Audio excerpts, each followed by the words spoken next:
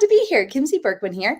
I am, as you know, I go live every week. And this week I am talking about the connection between low progesterone and anxiety. So before I jump into it, it looks like we've got some people hopping on. So hello, so glad that you are here. If you are joining me live or if you're watching the replay, make sure to comment and let me know that you're here. Tag me in the comment. Let me know where you're watching from, where in the world you're watching from.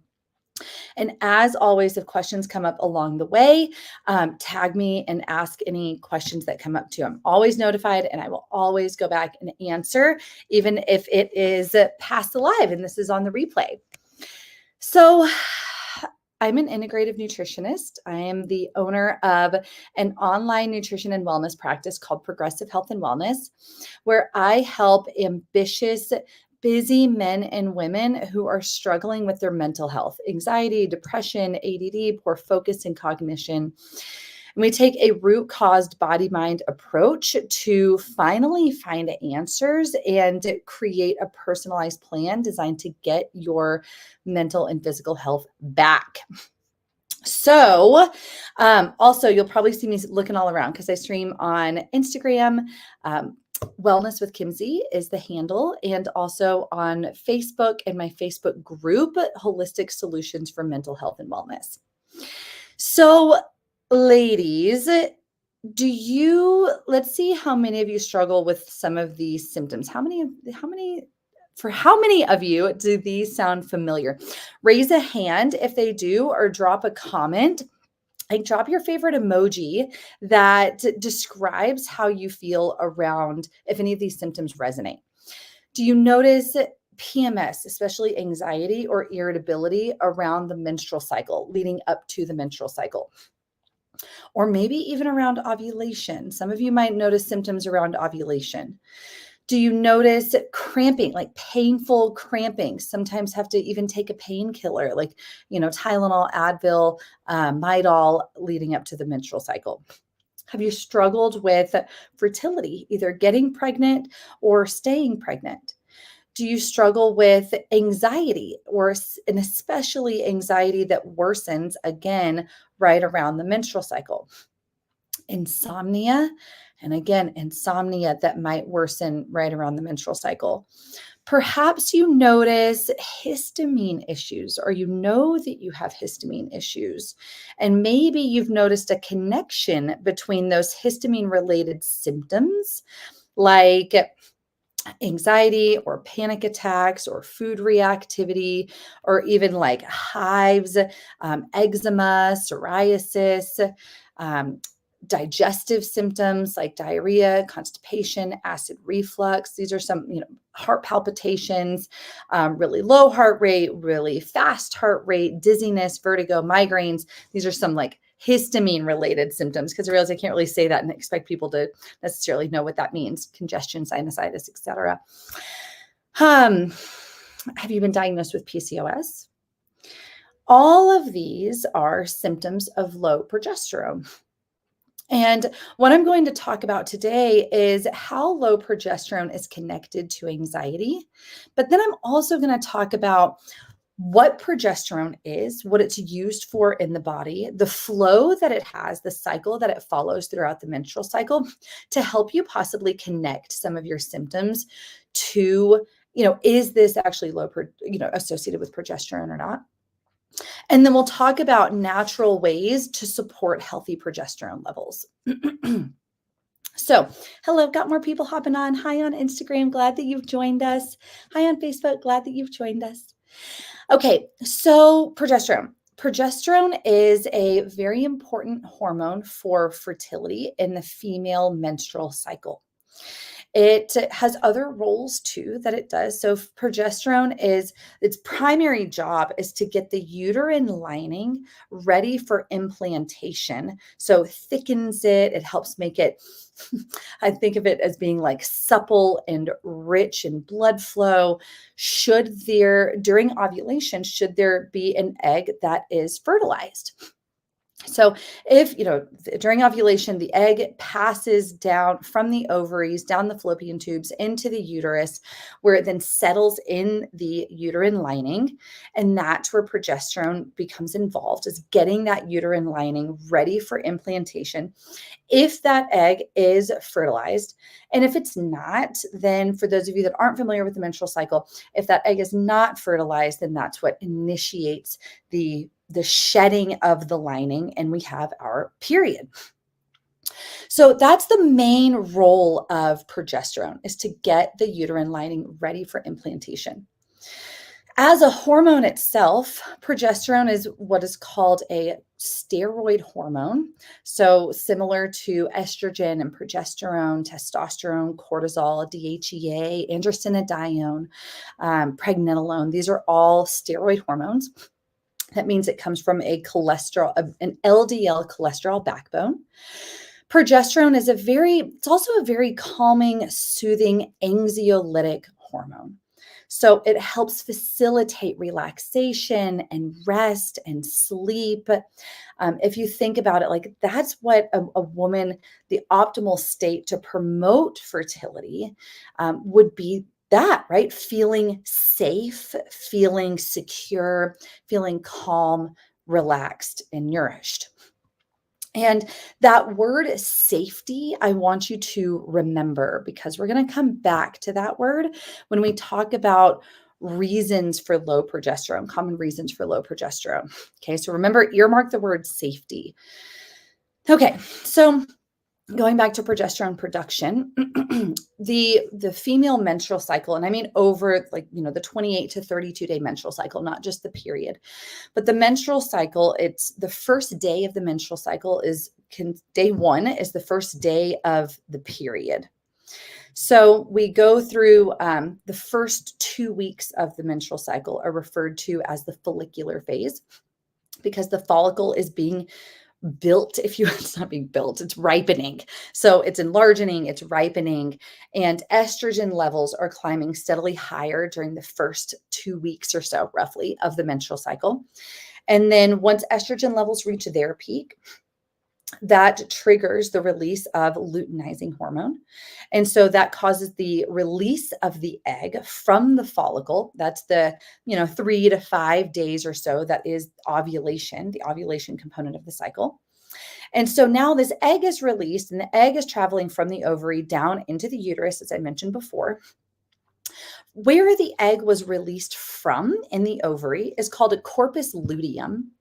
And that corpus luteum is where progesterone, that's what starts producing progesterone.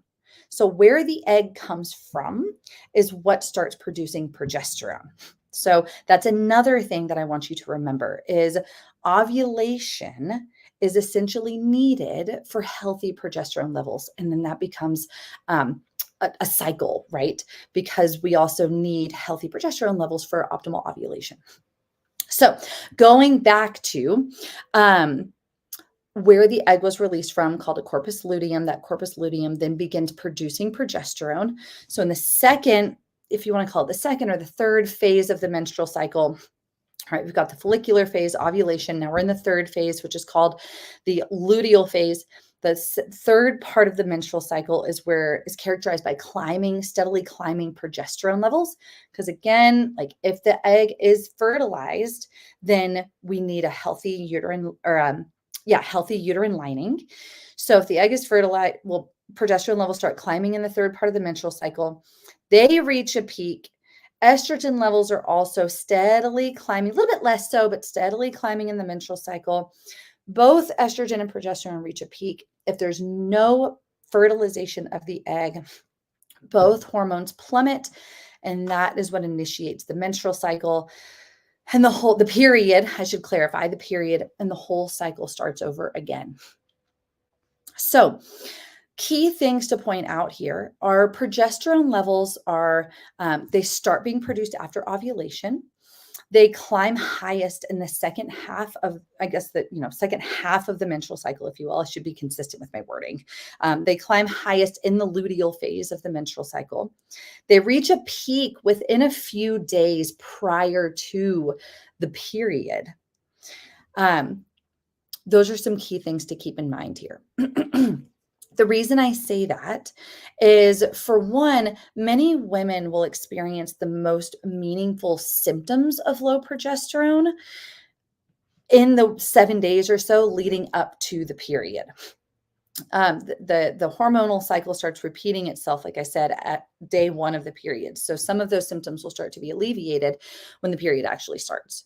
So the most pronounced symptoms will be typically within 7 days leading up to the period. Some women will also notice symptoms around ovulation, and that is typically due to imbalances in estrogen levels. And I'll talk about, when I start talking about, well, one of the roles of progesterone is to balance the activities of estrogen. So if there's lower levels, it's not like we have zero progesterone in our body before we ovulate, right? Of course, we have progesterone still in our body prior to ovulation. But if there's lower levels of progesterone leading into ovulation, and especially if there's higher levels of estrogen, then the climbing estrogen levels that prompt ovulation are going counterbalanced. They're not going counterbalanced to progesterone. So some women will notice like cramping or mood swings or water retention or breast swelling and tenderness around ovulation, around mid-cycle. And that could be connected to lower progesterone as well as imbalances in estrogen. And then, as you'll see in just a minute too, we'll talk a little bit about histamine and how progesterone helps with histamine metabolism. This is not a histamine talk. Histamine is a whole other bucket, so I'm not going to go super in depth there. But if a woman also has histamine intolerance, and I shared some of those symptoms earlier in this talk, then those symptoms can also be aggravated because of the connection between estrogen and histamine and progesterone and histamine. But stay tuned. I'm going to get back to that in just a minute. Okay, so that's the flow, the kind of hormonal dance that progesterone does over the 28 to 32 days that is the menstrual cycle. So what happens if there's low progesterone? And what are some of the causes of low progesterone, like the more common reasons that we see that would be associated with low progesterone?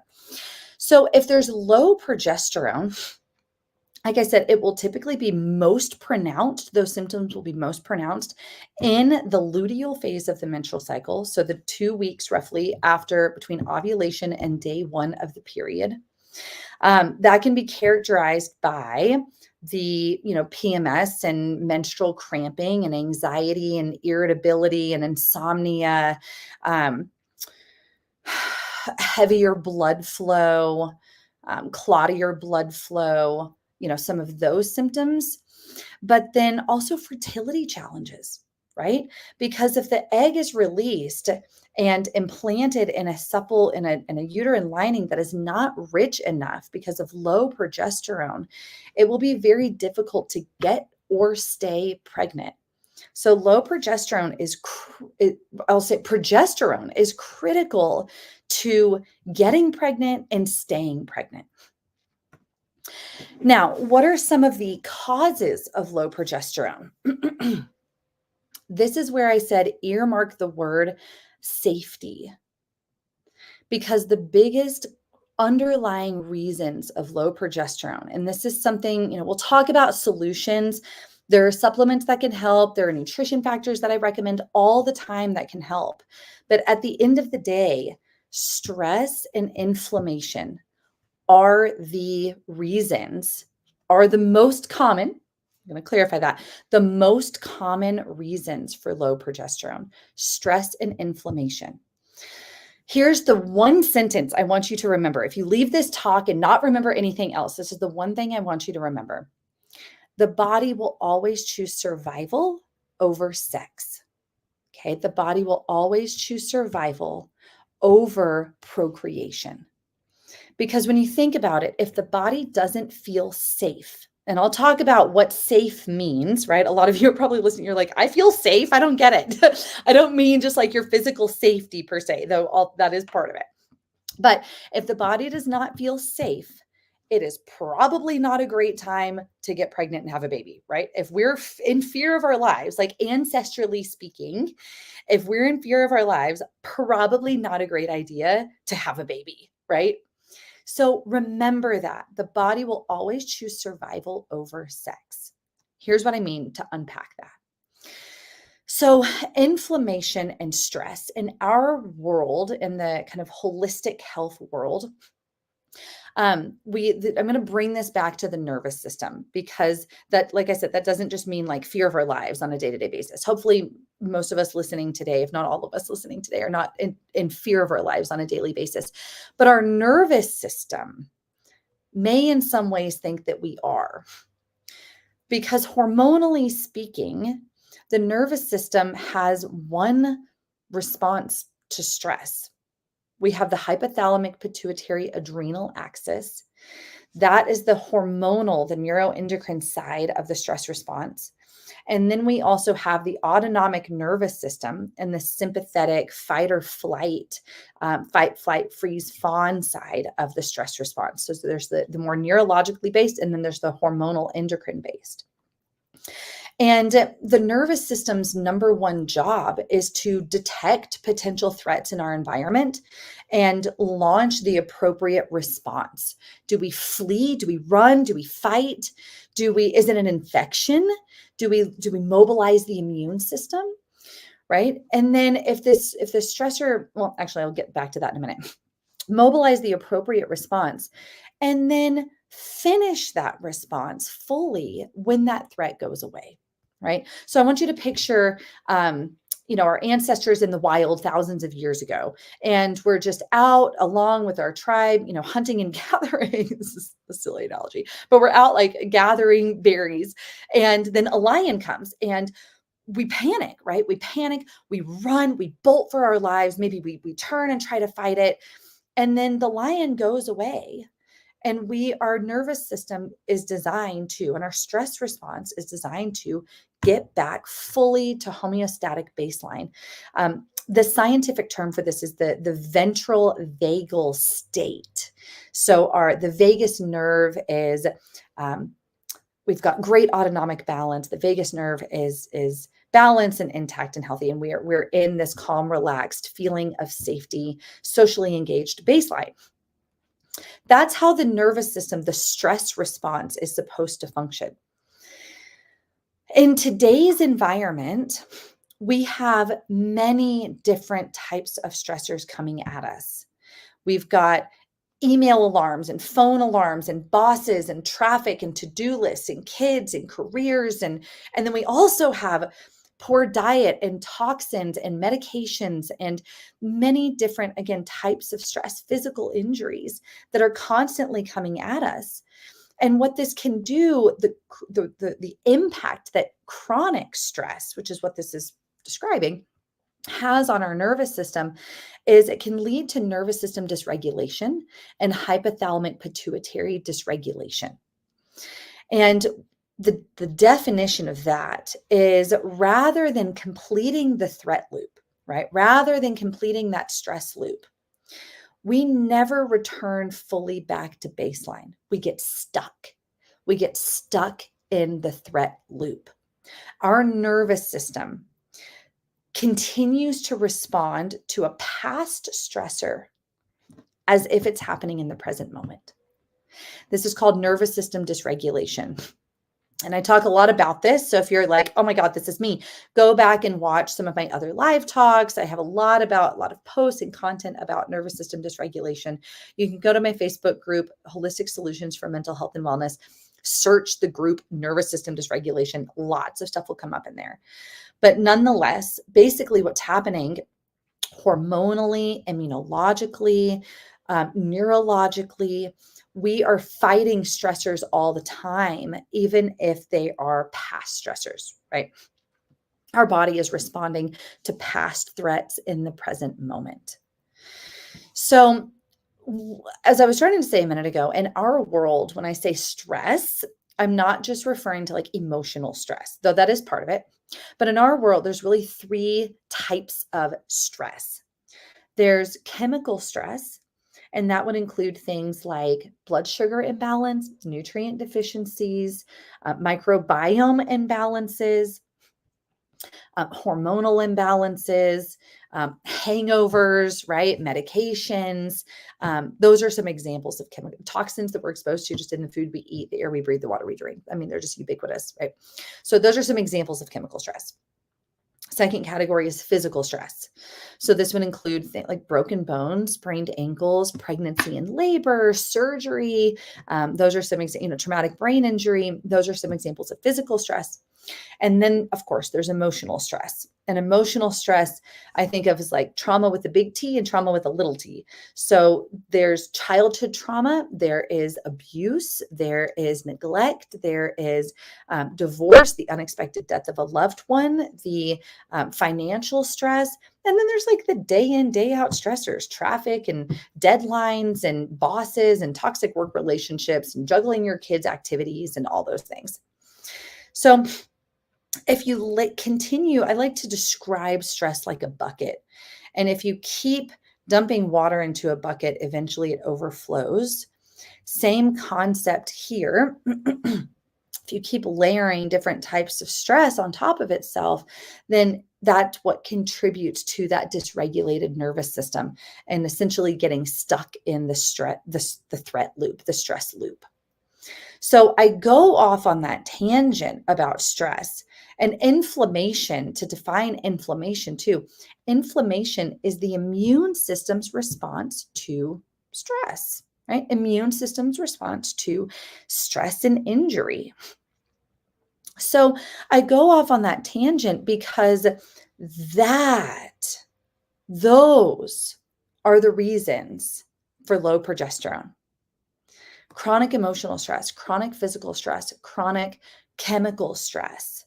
It's usually not just one thing, because at the end of the day, all of those things make our nervous system not feel safe. And what did I say earlier? The body will always choose survival over sex. So if the nervous system doesn't feel safe because of a chronic infection, because of a gut microbiome imbalance, because of nutrient deficiencies, because of a toxic workplace environment, because you're stressed out about finances, right? That will downregulate progesterone production. Now, there's varying degrees of that too. In some cases, it can suppress ovulation, right? I would say on one end of the spectrum, it's suppressing ovulation. Some women are not ovulating. They're having anovulatory menstrual cycles. That would be characterized by, it's hard to say for certain, but typically that would show up in other ways too. Namely, irregular menstrual cycles. So long, prolonged cycles that are longer than 35 days are sometimes much shorter, if you're having a period every 2 weeks, for example. So on the low end of things, it's an anovulatory cycle.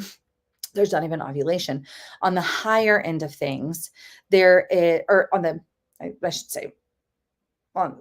getting the spectrum mixed up, but for some women, it means not ovulating at all. For others, they're ovulating, but there's just suboptimal levels of progesterone, right? They're releasing an egg, but the progesterone levels are still not climbing high enough.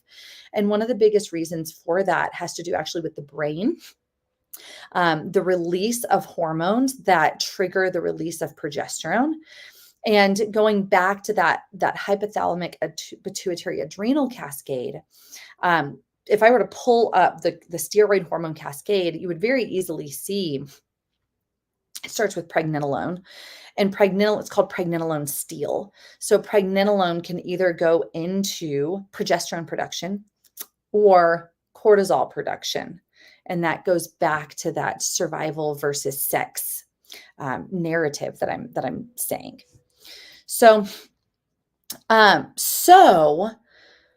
in order to support healthy progesterone levels, the nervous system needs to feel safe. The body needs to feel safe.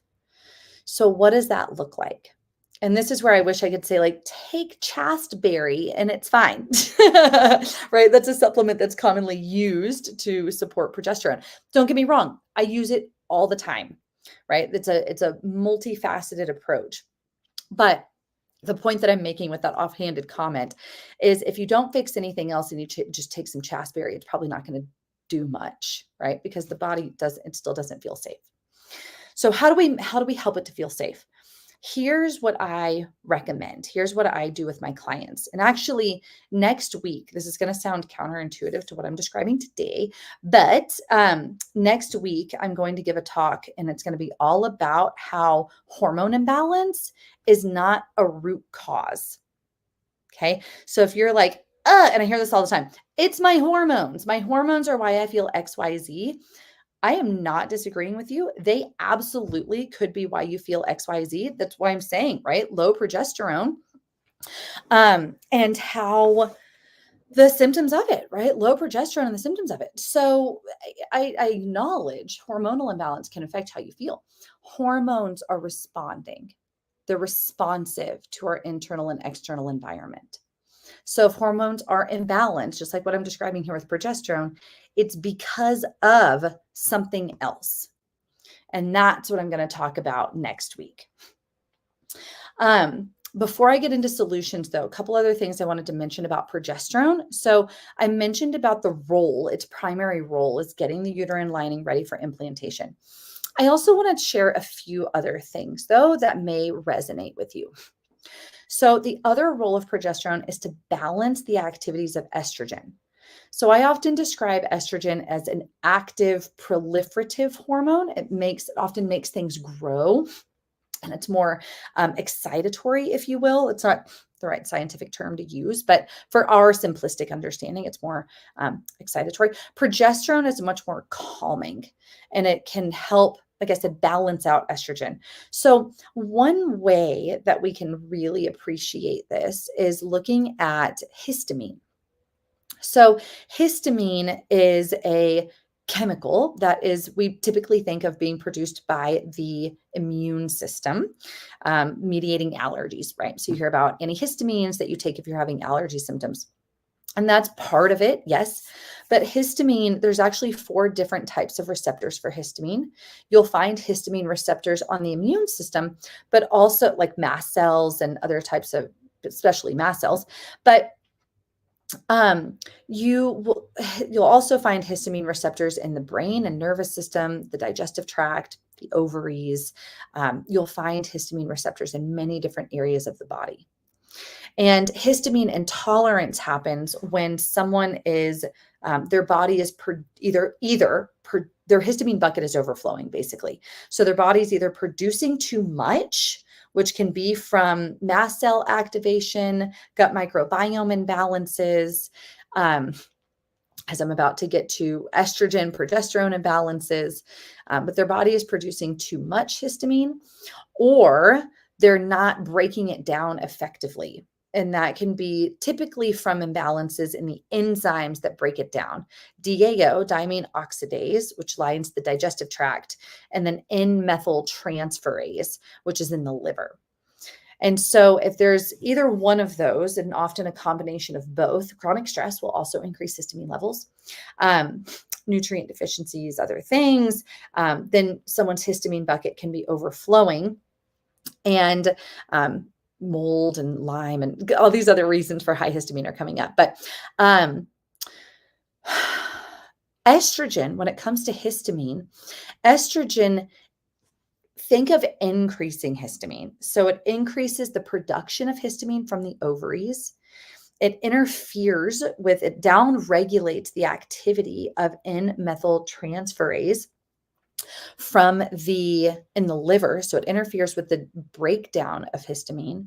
And then it makes mast cells more sensitive, more reactive, and therefore more likely to release histamine. Progesterone, on the other hand, has the opposite effect. Progesterone helps stabilize mast cells. It increases the activity of N-methyltransferase in the liver to increase histamine breakdown. And it also helps reduce or suppress the production of histamine from the ovaries. So I share this because when we're talking about the connection between how is low progesterone connected to anxiety, Histamine is one of them, right? Histamine and histamine intolerance is directly connected. Anxiety and panic attacks are a very common symptom of histamine, and low progesterone will worsen or aggravate histamine intolerance. So that's one method. Another way that low progesterone is connected to anxiety is low GABA levels. So GABA is one of our primary inhibitory neurochemicals. It it also has a calming, soothing, anxiolytic effect in the brain and nervous system. And progesterone helps upregulate GABA levels in the brain. To give you an idea, so does alcohol, so does marijuana. This is why some people will self-medicate their anxiety through substances because they don't know this, but they're trying to support their GABA levels. And progesterone is also needed to support optimal GABA production in the brain. So just a few other ways, I talked about some of the roles of progesterone in the body, but I wanted to very clearly connect it to anxiety and share how low progesterone can be connected to anxiety. So now we get into some tips for raising progesterone naturally. And it's going to come back to those feelings of safety. So this is what I do for my clients. Like these fundamental things are things that I would do to support progesterone levels in my clients. Number one is an anti-inflammatory diet. So anti-inflammatory, low glycemic diet that balances out the blood sugar. Here's why. If the immune system is constantly reacting to food that we're eating every day, pretty hard to feel safe, right? If the immune system is constantly fighting a battle against food that we're eating, whether we know it or not, it's pretty hard to help the body feel safe. It's always under threat. So what I recommend for my clients is typically a modified paleo diet. Sometimes it's full paleo, sometimes it's autoimmune paleo, sometimes it is more of like a paleo Mediterranean blend.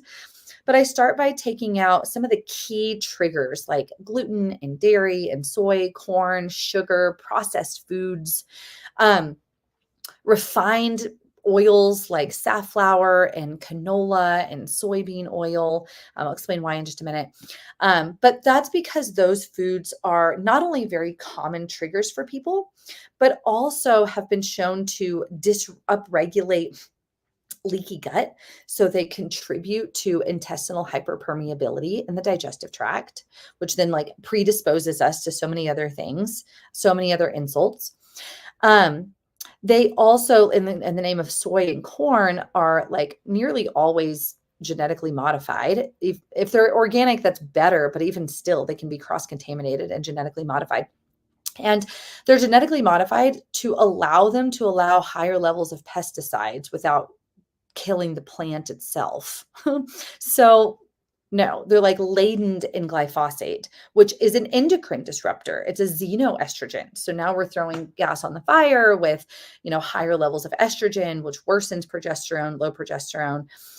So we take out corn and soy, gluten, dairy, at least for a period of time. We do a lot of work to optimize the gut and microbiome and immune system and ideally be able to bring these foods back in.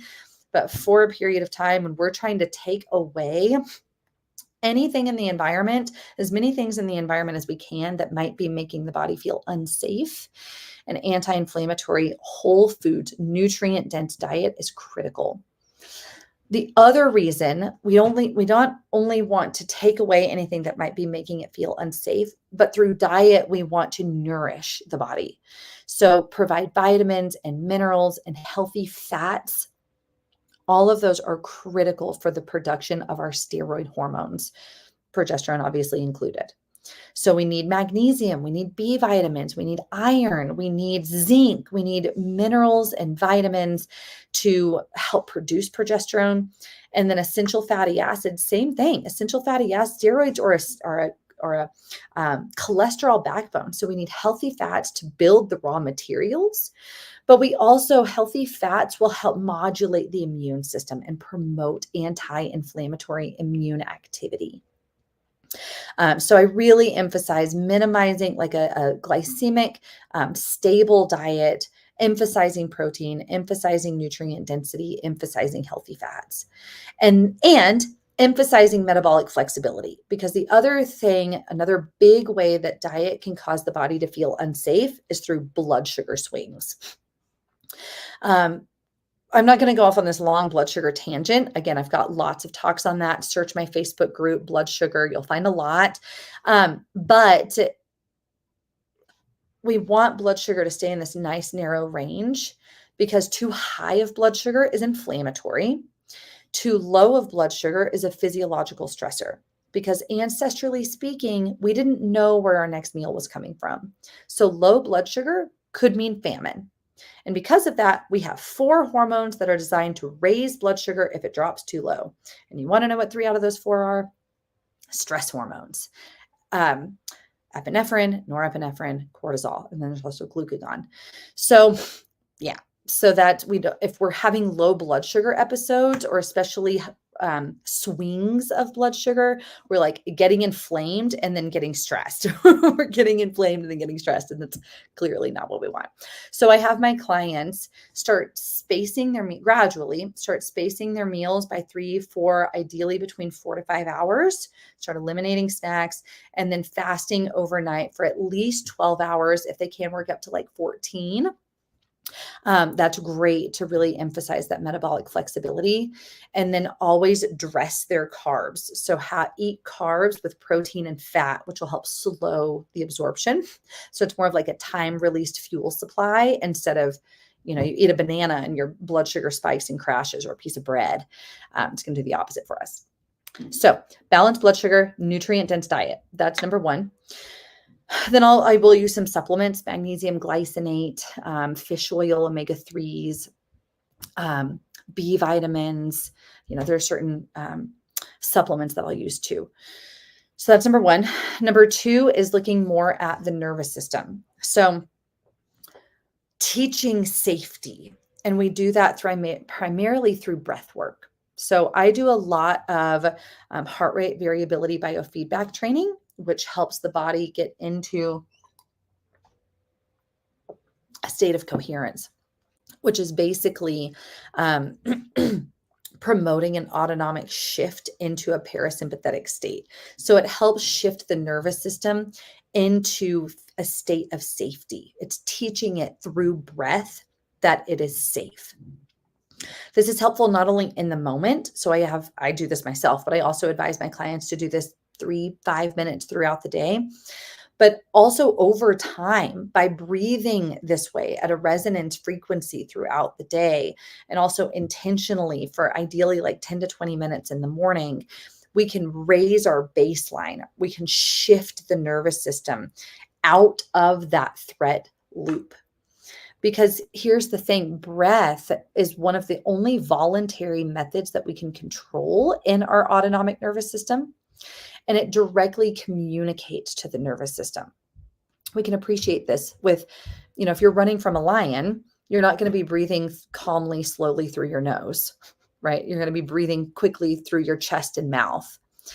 And so if you're breathing quickly through your chest and shallowly through your chest and mouth, when you're just like sitting at work, you're communicating to your nervous system that you're running from a lion. So we can switch that, right? And belly diaphragmatic breathing through the nose, prolonging the exhale, which is called a physiological sigh. So slow into a count of 4, out to a count of 6 is a great way to start with retraining the nervous system. And so breath work, you can also, if you like yoga and meditation and mindfulness activities, long walks, like nature bathing, there's so many ways to communicate safety to the nervous system. But I'm just going to talk about breath work and the primary method of breath work that I recommend, which is that. And then exercise, physical movement is great. Beyond those foundations, then we start getting into more targeted supplements. We start looking at gut health. We start looking at toxin exposure. We start looking at other forms of stress. From there, it becomes very individualized, right? Has this person been exposed to mold? Do they have digestive symptoms? Do they have underlying infections? Did they get COVID and now they have long COVID? It becomes much more personalized, but we're looking for, gut microbiome imbalances and maldigestion and infections and toxin exposure and things, again, anything that's making the body not feel safe. So, supplements that I like, I mentioned some. Magnesium glycinate, really great because the glycine supports GABA, so it helps your body's resiliency to stress. Ashwagandha and other adaptogens, lion's mane and forms of medicinal mushrooms. Omega-3s, either from cod liver oil or fish oil. Vitex or chasteberry, same thing. That can be really helpful for support. It helps the brain signal to the ovaries to produce estrogen. I'll also, from a nutritional perspective, I'll have my clients do something called seed cycling, which is where you eat seeds that contain phytoestrogens in the first 2 weeks of the menstrual cycle, pumpkin seed and flaxseed. And then in the second half, eat seeds that contain phytoprogesterones, which are sesame and sunflower seeds. And that can be a great way to bring some mindfulness to the menstrual cycle, essential fatty acids, nutrients, and then of course the phytoestrogen and progesterones too. So that can be really, really helpful too. All right, everyone. I think that covers it. But like I said, so this is where I went through some of the ways that low progesterone could be contributing to anxiety.